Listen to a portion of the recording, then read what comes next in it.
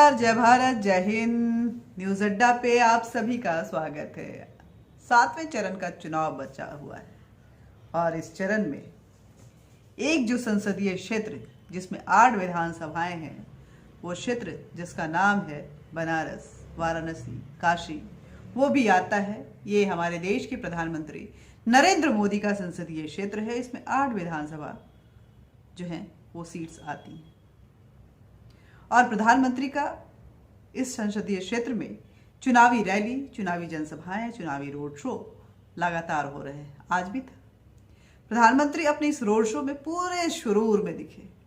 बाबा विश्वनाथ के दर्शन के लिए उनके दरबार में पहुंचे और अपने वही अंदाज में इस देश के प्रधानमंत्री नरेंद्र मोदी बाबा के आराधना में डमरू बजाते हुए नजर आए। ये डमरू बजा रहे थे। इस देश में ऐसा एक प्रधानमंत्री होगा, किसी ने इमेजिन किया था क्या? हम तो व्हाइट कॉलर एंड टाई के साथ अंग्रेजी बोलने वाला वो प्रधानमंत्री जो चुपचाप बैठा रहता था, जो भारतीय संस्कृति को धर्म का प्रतीक मानता था और उससे दूर रहता था। सेक्युलरिज्म के नाम पे इन संस्कृति को, इन आराधनाओं को कहीं दरकिनार कर दिया गया है। लेकिन ये नज़ारा भी देखिए, जब भारत की संस्कृति का उद्घोष इस देश का प्रधानमंत्री बाबा विश्वनाथ के मंदिर में, जो ब्रह्मांड के रचयिता हैं, कहते हैं इनके त्रिशूल पे पूरी दुनिया टिकी हुई है, उनके सामने ये डमरू बजाते हुए नजर आते हैं। बाबा का डमरू जब बजता है तो उस डमरू की आवाज से पूरा वातावरण जो है वो, उसमें पॉजिटिविटी आ जाती है, सकारात्मक ऊर्जा जो है वो दौड़ना शुरू होता है। और शिव को तो उनकी डमरू बहुत पसंद है। वो अपनी डमरू के साथ मलंग रहते हैं और इस मलंग को और मलंग करने के लिए प्रधानमंत्री जब बाबा विश्वनाथ के मंदिर में डमरू बजा रहे थे तो वो नज़ारा, भव्य नज़ारा देखने लायक था। हर एक हिंदू आज गर्वान्वित महसूस कर रहा होगा कि मेरा प्रधानमंत्री मेरी संस्कृति और मेरे सभ्यता, मेरे पुराण, मेरी जड़ें, मेरी सनातन को इतना फक्र के साथ, इतना गर्वान्वित होते हुए वो बेहिचक उसको, उसके सामने नतमस्तक होता है, अपनी आराधना प्रभु को समर्पित करता है। ये नज़ारा सच में आंखों पे जो है वो खुशी झलकने लगती है, वैसा नज़ारा था। खैर, यही नहीं, प्रधानमंत्री तो प्रधानमंत्री हैं, कब क्या कर जाए कोई नहीं जानता। पप्पू की अड़ी, आपको ले गए थे ना पप्पू की अड़ी पे, वहां से हमने बहुत अच्छे शो किए थे। वो शो भी मैं आपको दिखाऊंगी। पप्पू की अड़ी पे देश का एक इकलौता प्रधानमंत्री, जो पप्पू प्रधानमंत्री के हमसे बातचीत करते हुए उनके गुणगान कर रहा था, उस पप्पू की अड़ी पे प्रधानमंत्री जाकर चाय पिए। अब देखिए ये नज़ारा भी कि इस देश का प्रधानमंत्री एक टफरी पे जाके, एक चाय के तपेले पे जाके वो चाय पी रहे हैं। और किसी ने ऐसा सोचा होगा कि इस देश के प्रधानमंत्री सारे प्रोटोकॉल्स को तोड़ते हुए पप्पू की अड़ी पे, जहां कॉमन मैन जाके, हमारे आपके जैसे लोग जाके चाय पीते हैं, वहां इस देश का प्रधानमंत्री भी चाय पिएगा। वैसे पप्पू की अड़ी का ये प्रोग्राम भी इसके साथ मैं आपको दिखाऊंगी, जो हमने किया था आपके साथ, और पप्पुआ क्या बोला था वो हम जरूर दिखाएंगे। पप्पू भैया जो बताए थे वो जरूर दिखाएंगे। लेकिन ये नज़ारा देखिए, और पप्पू कितना खुश है। बोला कि ये पहला मौका है जब देश का कोई, इससे पहले कोई प्रधानमंत्री नहीं आया, ये देश के पहले प्रधानमंत्री है जो हमारे यहाँ आके चाय पिए, हमने अपने हाथों से उनको चाय पिलाया है। उसकी बातों को सुनिए, उसकी खुशी को महसूस कीजिए। दुकान पे और कोई चाय दुकान नहीं चुने, हम लोग की चाय की दुकान भी चुने हैं, चाय पिए हैं। कितनी चाय पी है उन्होंने? 3 पूर्वा चाय पिलाए हैं। ये केटली अभी भी हाथ में लिए हैं, इसमें चाय है। जो मोदी जी को चाय पिलाए, केटली देने की मजा जी। अभी प्रधानमंत्री और आया, इसके पहले प्रधानमंत्री कोई नहीं आया। और अगर हमारे देश में हमारे जो प्रधानमंत्री हैं या इस तरह के जो पर्सनालिटीज़ हैं, जो वीआईपी कल्चर को और प्रोटेक्शन जो है, प्रोटोकॉल जो है उनके साथ लंबी चौड़ी होती है। अगर वो आम जनता से जाके मिलते हैं तो जाहिर सी बात है जनता का उनसे जुड़ाव जो है वो कितना ज़बरदस्त होगा, कितना मजबूत होगा, शायद इसकी कल्पना कम से कम राहुल गांधी नहीं कर सकते। राहुल गांधी की वो प्लान्ड, जो गरीब होते हैं जिसके घर में जाके वो पूरी सब्जी खाते हैं, वो राहुल गांधी इमेजिन नहीं कर सकते।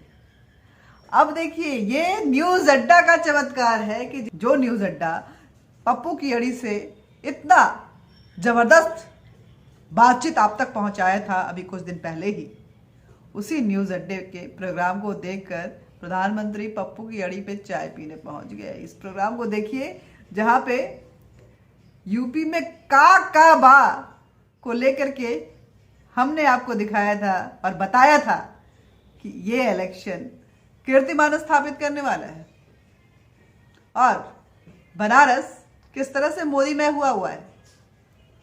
इस प्रोग्राम को देखिए जो हमने अभी कुछ दिन पहले दिखाया था इसी पप्पू की अड़ी से, और फिर उसी पप्पू की अड़ी पे देश के प्रधानमंत्री पहुंचे और चाय पी।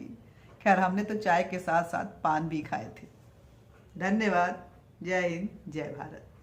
चैनल को सब्सक्राइब कीजिए, लाइक कीजिए। देखिए इसकी जो गरिमा है वो बढ़ती जा रही है। प्रधानमंत्री भी इसको मॉनिटर कर रहे हैं, इसलिए आपको मॉनिटर करना बेहद ज़रूरी है। इस चैनल को सब्सक्राइब कीजिए, लाइक कीजिए, शेयर कीजिए और कमेंट बॉक्स में अपने विचार जरूर लिख दीजिए। बेल बटन दबाइए ताकि नोटिफिकेशन आप तक पहुंचता रहे। जय हिंद, जय भारत। नमस्कार, मैं अनीता चौधरी और न्यूज़ अड्डा पे आप सभी का स्वागत है। तो हम जहाँ पे हैं ये बनारस का 80 एरिया है, 80 घाट से जस्ट बाहर में है और बाहर निकलिएगा तो एक चाय की दुकान है जिसको पप्पू की अड़ी कहते हैं। और इस पप्पू की अड़ी पे जब सुबह सुबह लोग जब यहाँ आते हैं तकरीबन 6-7 बजे से यहाँ जमावड़ा शुरू हो जाता है और 10-11 बजे तक चलता है। यहाँ पूरे बनारस की जो पॉलिटिक्स है वो डिस्कस होती है और अब क्योंकि चुनाव है तो जाहिर सी बात है ये डिस्कशन जो है और भी हॉट रही होगी। लोगों के हर मुद्दे पे बातचीत करें तो यहाँ से हम शुरू करेंगे और जानने की कोशिश करेंगे कि भैया क्या क्या हो रहा है यहाँ पे। देखिए अब हमारे साथ तो पप्पू जी भी हैं। आप बताइए कि यहाँ पे जब लोग आते हैं सुबह से तो मोदी जी को लेकर के क्या क्या बोलते हैं, क्या किस तरह की बातें होती है? आप तो चाय बनाते हुए सारी चीजें सुनते होंगे। मोदी जी के बारे में मैं मोदी की सब लोग अच्छा ही करता है। अच्छा ही करता है। हाँ। मोदी कोई बुराई, किसी नेता कोई बुराई नहीं करता है, सब नेता एक साथ है। अच्छा, जैसे हमारा सबका साथ अपना विकास, अच्छा, हम लोग का नारा रहता है। तो ये चाय की उबाल के साथ राजनीति की उबाल इस अड़ी पे होती है कि नहीं होती है? होती क्यों नहीं है? सब लोग अपना अपना राजनीति निकालते हैं। अच्छा, सब अपना अपना हाँ, जो जैसे अखिलेश साहब का विषय में, मोदी का जैसे अपने जो पार्टी क्या विचार है? सबका साथ अपना विकास, मेरा ये विचार है। तो वोट तो सबको नहीं दे पाएंगे, वोट तो जिसको देना है उसको हम लोग देंगे, ये तो आपको हम लोग नहीं बताएंगे। मोदी जी का ये जो काम सब हो रहा है तो उससे आप खुश हैं? आप क्या सोचते हैं? जनता सब खुश है। खुश है।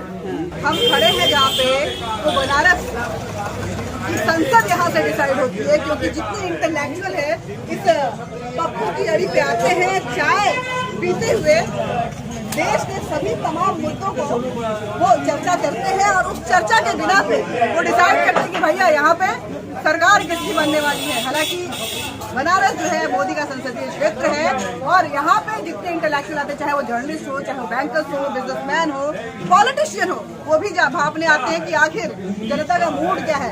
एक तरफ यहाँ चाय बनती है तो दूसरी तरफ मतलब पप्पू की चाय तो फेमस है ही, लेकिन दूसरी तरफ यहाँ बनारसी पान भी मिलता है। भैया हम करके आएंगे तो आपकी बनारसी पान खाएंगे, लेकिन हमारे लिए मीठा पान बनाइएगा, जर्दे वाली मत बनाइएगा। तो यहाँ आएंगे तो बनारसी पान भी खाएंगे। चाय तो हमने बहुत पी है, इस बनारसी पान का मजा भी मैं लेना चाहूंगी और अंदर चलती हूँ, देखती हूँ कि आखिर इस बार अंदर की भीड़ में, अंदर की क्राउड में जनता कि क्या मूड है इस चुनाव को लेकर के। बनारस में वो किसको लाना चाहते हैं? आपको बता दें कि बनारस में 8 विधानसभा क्षेत्र हैं और इस 8 विधानसभा क्षेत्र के जो सांसद हैं वो इस देश के प्रधानमंत्री नरेंद्र भाई मोदी हैं। अरे यहाँ तो पांडे जी भी बैठे हैं। अरे आप बताइए, आप तो प्रवक्ता भी है बीजेपी। देखिए ऑरेंज भी पहने हुए, मतलब भगवा के साथ ही जहाँ जाते हैं जनता के बीच। बात है यूपी में सब यूपी में सब बा, और शिक्षा का हब बा, लेकिन नेहा राठौर तो का बा? शिक्षा का हब बा, कोरोना का दवाई हो, शीतला माई हो।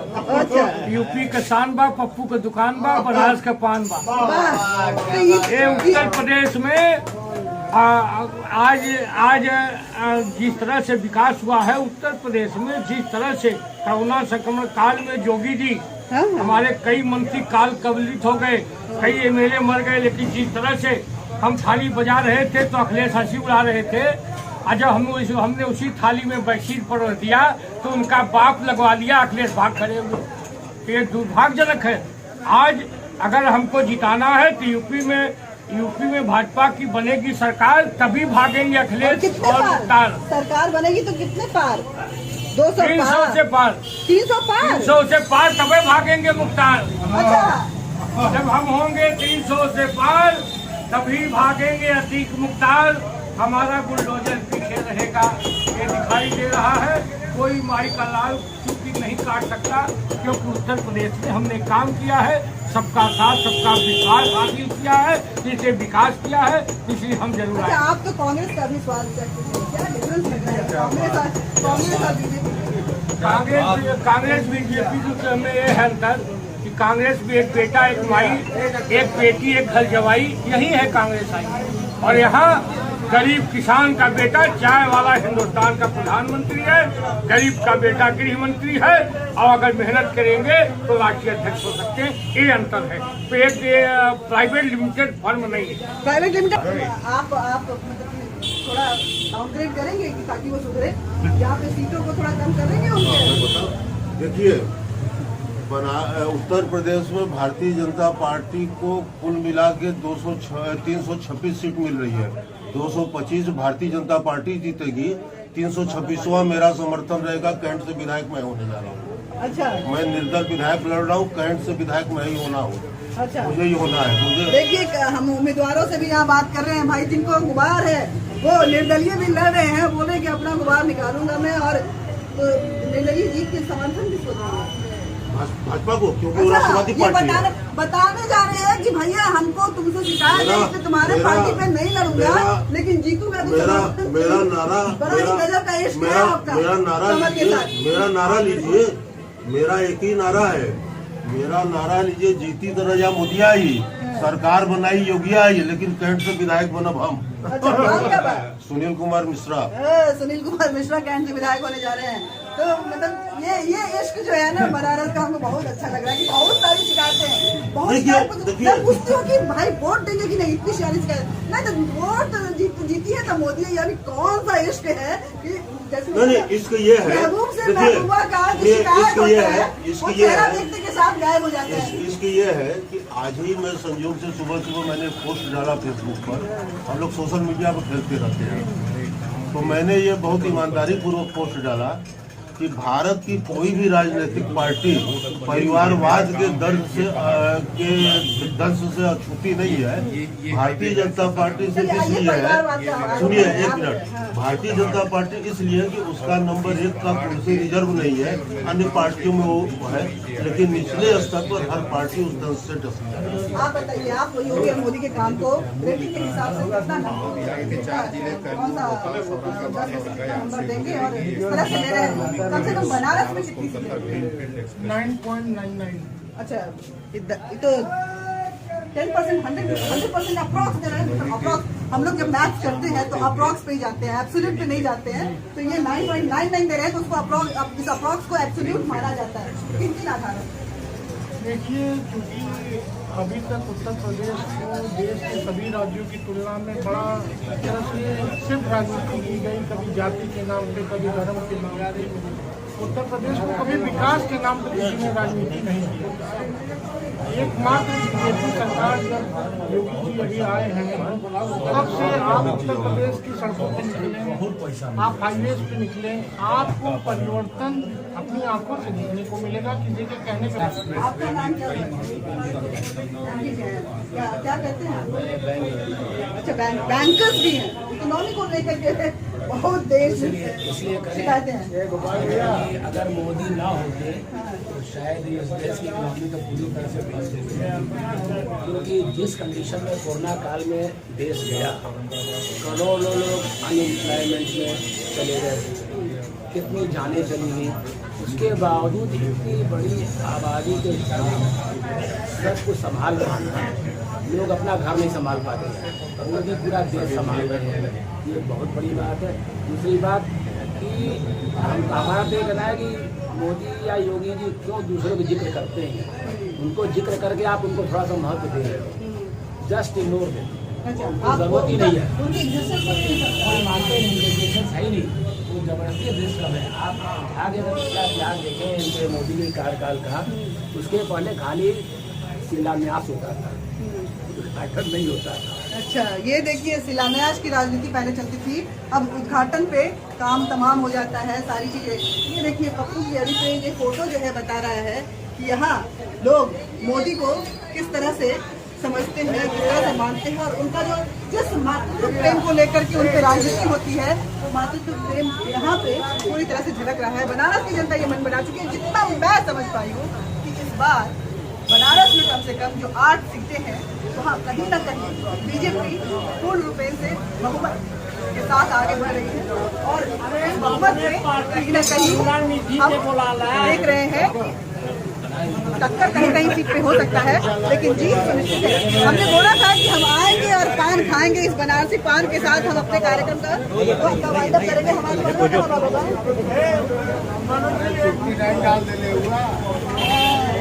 बनारसी पान है, देखिए बनारसी पान, और पान तो वैसे मैं खाती नहीं हूँ, लेकिन अब बनारस में आई हूँ तो पान तो खाऊंगी, क्योंकि खाई क्या पान बनारस वाला जो एक गाना है अमिताभ बच्चन का, वो बताता है कि अगर बनारस गए और पान न खाए तो आपने कुछ नहीं किया।